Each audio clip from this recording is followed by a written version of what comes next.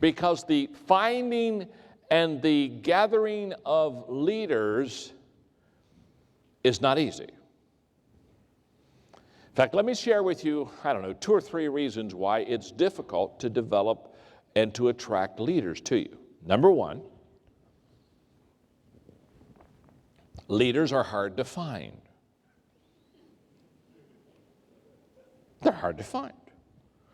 If Malaysia is anything like anywhere else I've ever been, Malaysia has a lot more followers than they do leaders. Is that not true? I've never gone to a company and they said, John, you really, please come to our company immediately. We need to talk to you. And I've never rushed into a company where they've sat down and said, we have a problem. What's your problem? We have too many great leaders in this organization. Oh my goodness, we just have leaders everywhere. Can you thin some of them out for us? I've never known a nation that had too many great leaders. I've never known a company that had too many great leaders. I've never known an organization that had too many great leaders. There's always a shortage of leaders. Why? Because there aren't very many leaders. They're hard to find. There are 100 followers that you can find for every leader. In the States, what we share with them is, I say, eagles are hard to find because eagles don't flock. You just don't look up in the sky and say, oh my goodness, there are thousands of eagles up there. Look, just eagles everywhere you turn, another eagle. Oh my, I went down to the park and the park was filled with eagles today. Pigeons flock.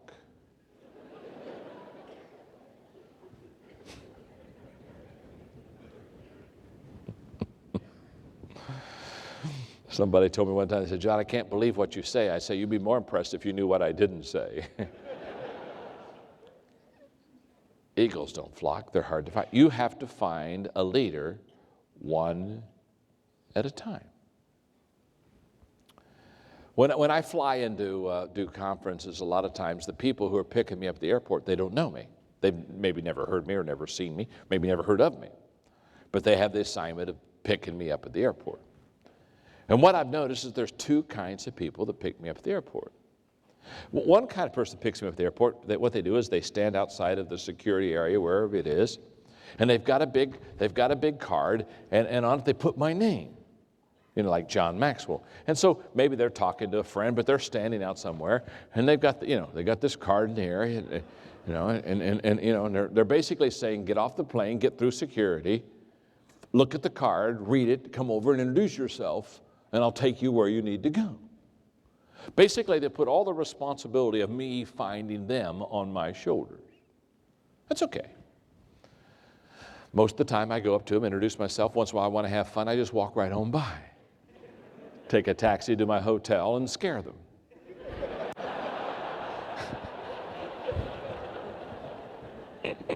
And when they find me, I say, hi, my name's John. I'm your friend. Well, one person, they put my name on it, and they basically say, find me, find me. Now, the other kind of person, what they do, they're different. What they do is when they have to pick me up at the airport, what they do is they get one of my books, and they go back to the back of the book where my picture is. Hopefully it's one of my newer books. And so what they're doing is they're standing by the security area, and they got my picture in front of them, and they're going like this.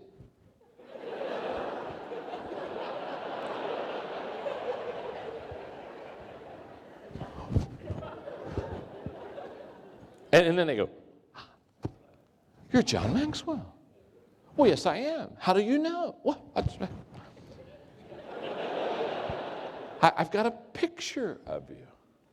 Now, you see, when I say that you have to develop a leadership team, there's one of 2 ways that you can do it. First of all, you can do like most people do, put advertisements and ads and things like that, and they basically stick up a sign and say, looking for leaders. I've been standing all day and haven't found any yet. Or you can say, oh, no. If I'm going to develop a leadership team, what I'm going to do is I'm going to get a picture of what a leader looks like. Oh, my goodness. Oh, there's a leader. You see, The reason we miss opportunity, we all miss opportunity, do we not? How many of you have missed opportunity at least one time in your life? Sure, thank you very much. You make me feel comfortable. Now, the reason that you and I miss opportunity, you know what? Do you know why we miss opportunity? We miss opportunity because we don't know what it looks like when it's coming to us. It passes us, we go, oh, I should have done that. I should have done that. I knew better. You see, we didn't have a picture of what it looked like when it was coming. So therefore, we missed it. Can I tell you something? If you don't have a picture of what a leader looks like, they'll pass you all the time. There'll be leaders all around you. Can I tell you something? You can be in a room with leaders and not even know it. So when I tell people to develop a leadership team, in fact, they'll come to me lots of times and they'll say, John, they'll say, I want to develop a team of leaders. I'll say, oh, great. And they'll say, can you help me? I said, well, I'll be glad to help you. I say, first of all, what are you looking for? Well, I'm looking for leaders. Leaders. And, well, yeah, leaders. That's what I need leaders. That's what I am looking for leaders. Dead people or alive people?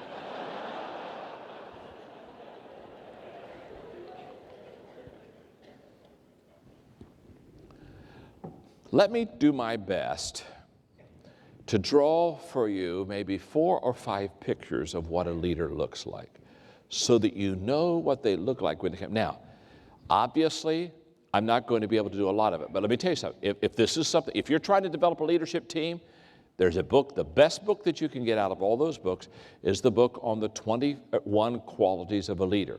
The 21 qualities of a leader is 21 pictures. It's a photo album. It's 21 pictures of what a leader looks like. And you literally can go through that 21 qualities of a leader and write them on a piece of paper and study them so that when you interview people, you can check off of the 21 qualities how many they possess so you know what kind of a leader potential that you're getting. So that's the best book as far as developing a leadership team. Okay, now, so it's a photo album, it's a picture album. Now, let me give you 4 or 5 pictures of what a leader looks like. And the first one I'm going to give you is the most important.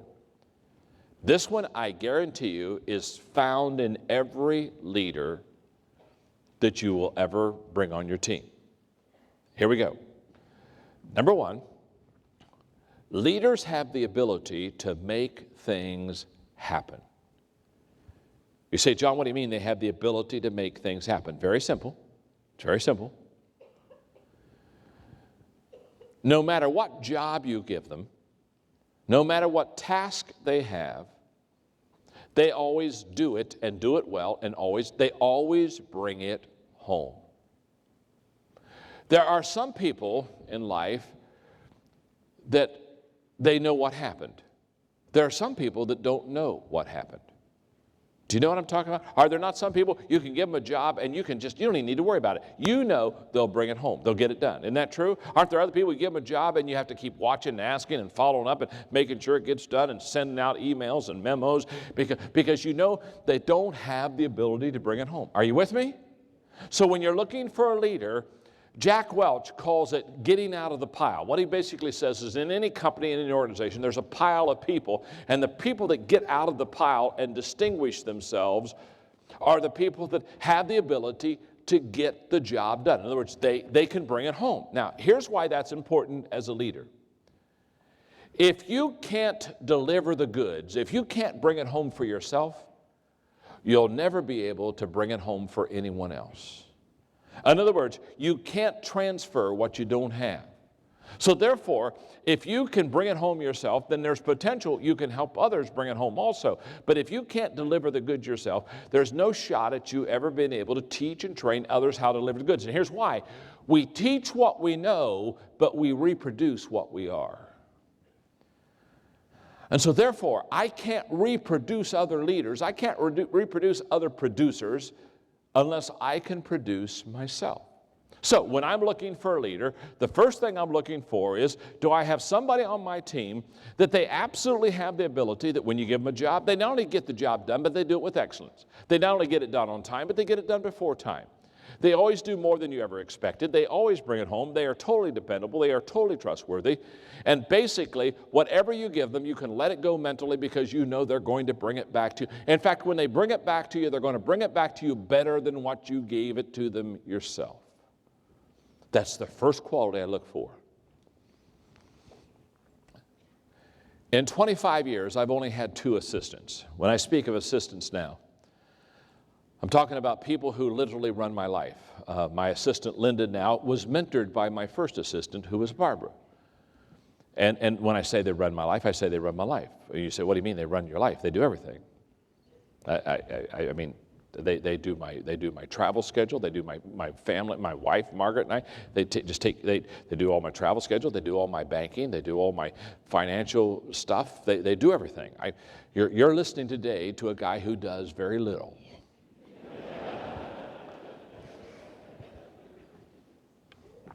And is proud of it. In fact, people all the time, they say, well, I'm so busy. I just have so many things to do. And I say, well, I don't have that problem because I can only do 4 things.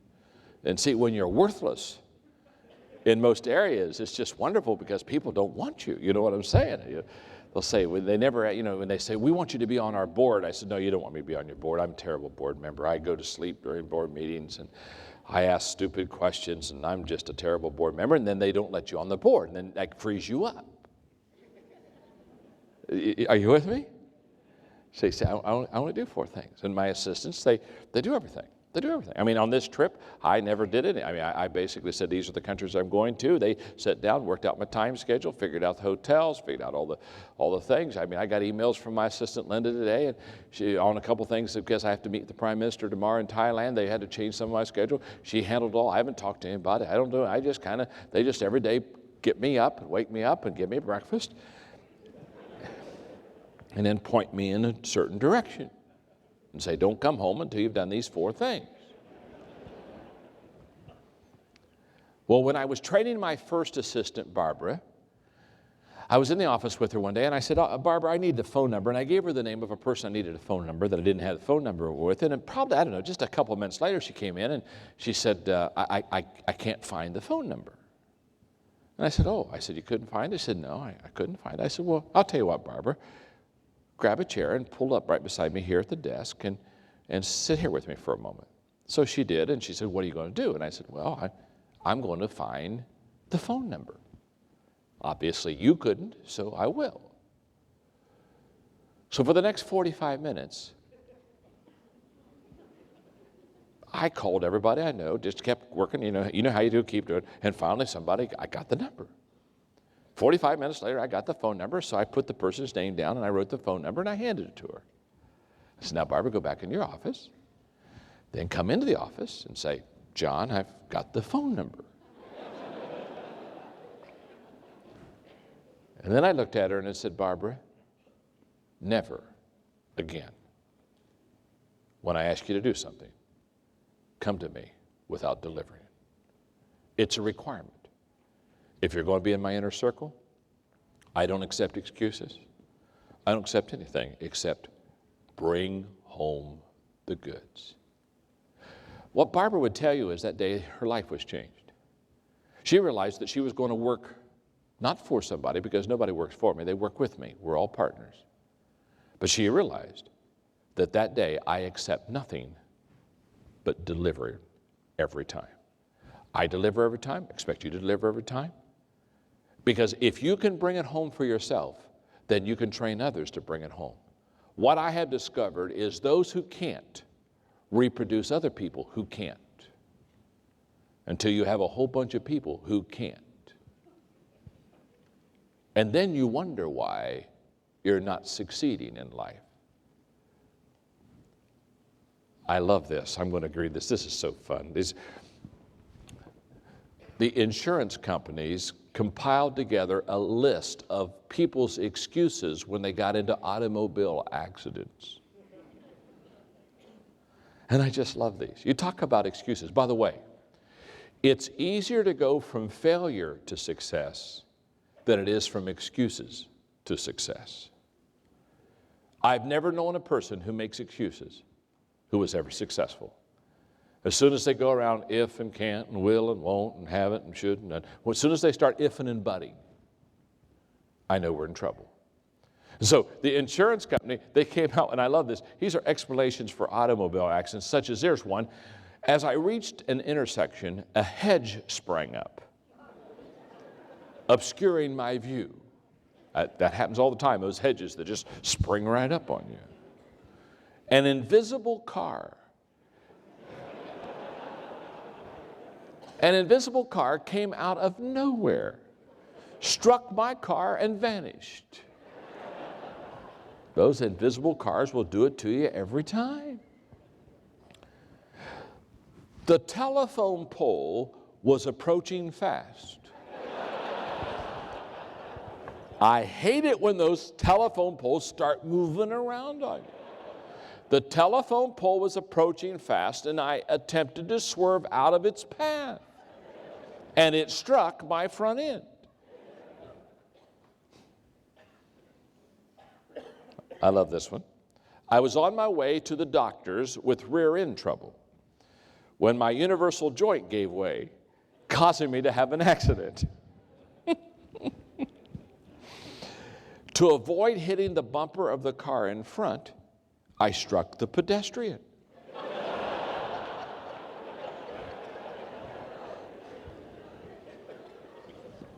I was coming home, pulled into the wrong driveway, and hit a tree I do not have. The pedestrian had no idea which direction to run, so I ran over him.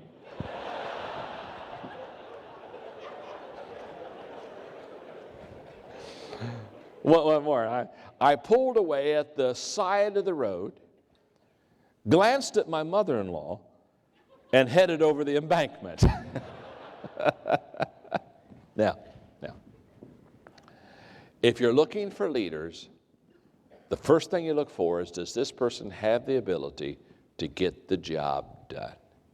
That's absolutely essential to your success and my success. Number two, here's the second thing I've observed. Leaders see and seize opportunities. Leaders have the ability to see opportunity when others don't see it, and they have the initiative to seize opportunity when others stand at the side. So therefore, when I'm looking for a leader, I look for a person that can find opportunities. And I look for a person not only who can find those opportunities, but for a person who can go out and seize those opportunities.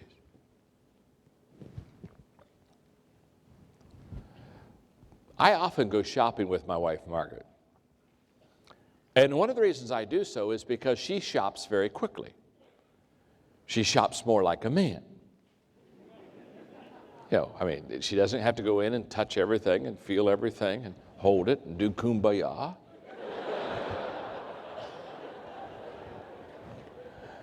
And one day I said, Margaret, I don't mind shopping with you, because she walks into a store, and in 5 minutes, she's either got it or she's out. I thought, this is good. And one day I said, Margaret, how can you do this?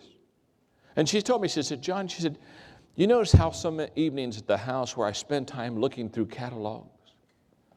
I said, yeah. She said, well, what I'm doing is I'm getting a picture of what I want. And she said, when I find what I want, now she says, when I go to a store, I know what I'm looking for. I already have researched, I already checked out consumer products. And she said, when I go in, I already know she said, I don't have to go around and look at everything. She said, I'm already focused. I know what I'm going for. And the day that she said that to me, I thought to myself, this is what a leader understands what they're looking for. A leader, here's the way this works with leaders. Leaders see things before others see things. This is a fact. They're very quick to see something. In fact, other people are still looking around in the room, and they're saying, well, don't you see it? See, potential leaders see before others see, And potential leaders, they see further than others see.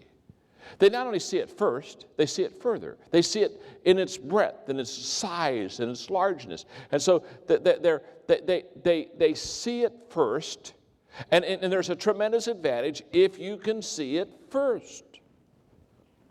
So I'm looking around and I'm saying, who is always in my group of 10 people, if this is my leadership team, I'm asking myself, which one on this team is seeing it quickest? Who's seeing it first?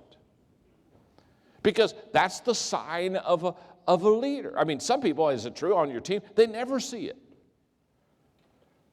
But now, let me tell you the advantage of seeing things first. If you see it first, you can go after it first. Now, let me explain it this way. In the 100-meter dash, I just want to go on record today, tell you, that in the Olympics, if they would allow me, I could win the gold medal. I mean, look at this body. You can just tell. You can tell this body is made for speed.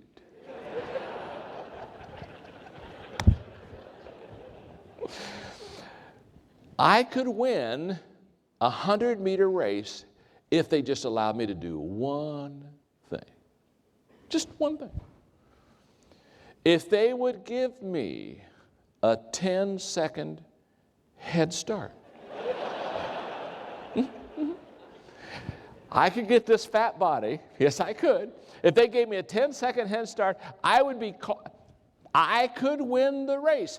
Not because I'm the fastest, but because I got 10 seconds head start on the fastest person in the world. You see, I don't need to have, listen, you don't need to be the fastest person in the world, you just need to be the first.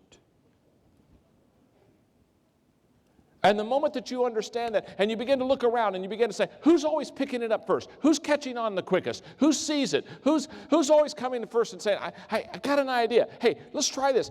Whoever that person is, they are a potential leader. Okay, how do we find leaders? They make things happen.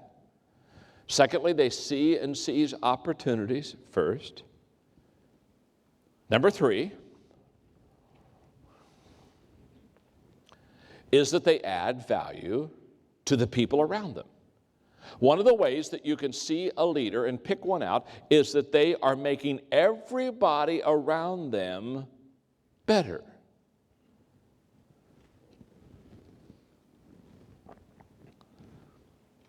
So look on your team and say, who on this team is adding value the most to the other people on the team? Whoever that person is, they're the leader. Now, there are 4 kinds of people on earth. I told you earlier there were 2, the lifters and the leaners, remember?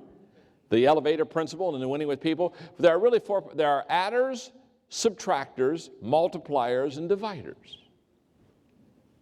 Yeah, it's just old math. There are people that add to your life.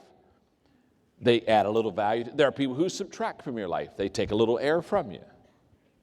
There are some people who multiply. Now that's, multiply. Hello.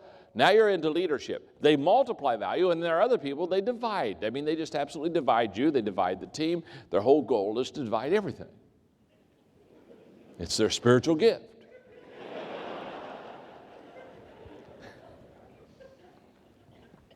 So I'm looking on my team. Again, I'm looking on my team, and I'm asking myself a very simple question. The question is, who on this team is adding value to others? I've just looked at them and say, okay, who's adding value to me? Who's adding value to others? And let me give you something. I very seldom give in conferences, but I think because you're an outstanding audience.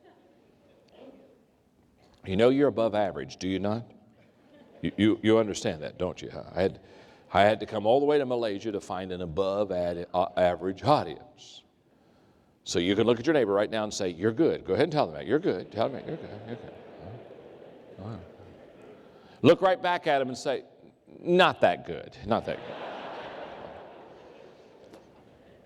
Let me share with you what I call the 5 I's that add value. The first I is inspiration. Look on your team and ask yourself, who lifts the morale of the other players on the team? In other words, who inspires others? Who inspires me?